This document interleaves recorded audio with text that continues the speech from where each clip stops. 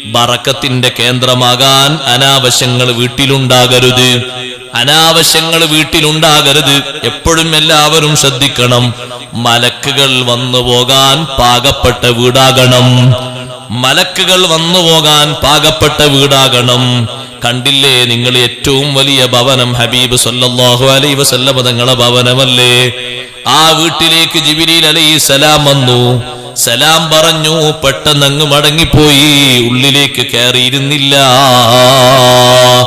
പിന്നെ വന്നപ്പോൾ ചോദിച്ചു, ലിമ സല്ലംത സുമ്മ റജഅത.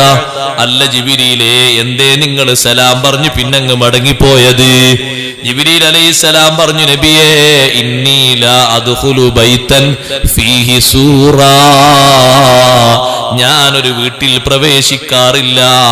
ആ വീട്ടിൽ സൂറത്തുൻ, ജീവനുള്ള ജീവിയുടെ ഫോട്ടോയുണ്ട്, രൂപകൽപ്പന ചെയ്തു വെച്ചതുണ്ട്.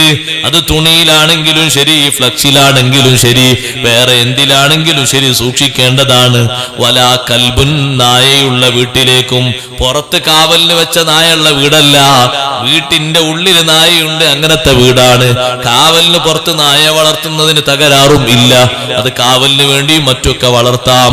വീട്ടിന്റെ ഉള്ളിൽ നായയുണ്ട്, ആ വീട്ടിലേക്കും ഞാൻ പ്രവേശിക്കൂല. വലാ ബൗൽ, മൂത്രണ്ട്, നജസുണ്ട്.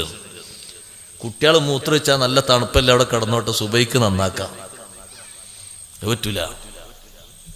ഇപ്പൊ ഈ നട്ടപ്പാതിരാക്കൊക്കെ മൂത്രമൊഴിച്ച് ഇങ്ങനെ നന്നാക്കി തിരക്ക്. അതല്ലേ പറഞ്ഞത്?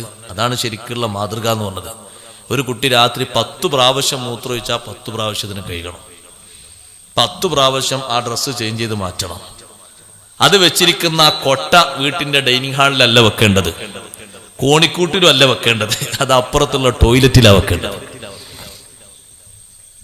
അത് നേരെ കട്ടിലിന്റെ ചോട്ടിൽ തന്നെ വെക്കും.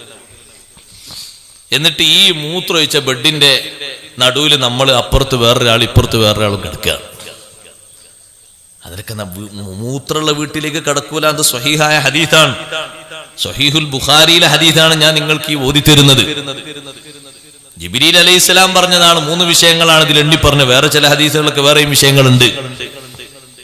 3 വിഷയങ്ങൾ എണ്ണി പറഞ്ഞെടുത്ത് 3-ാമത്തെ കണ്ടില്ലേ നിങ്ങൾ? വലാ ബൗലുൻ, നജസിൽ നിന്ന് വീട് മുക്തമാകണം മലക്കുകൾ ഇറങ്ങി വരണമെങ്കിൽ.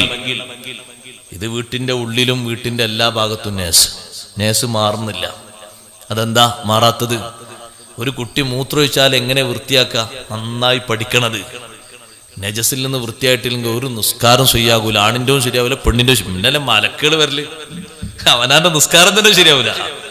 മലക്കുകൾ വരെ കിടക്കട്ടെ, ഈ ഫർലെങ്കിലൊന്നും ശരിയാകണ്ടേ?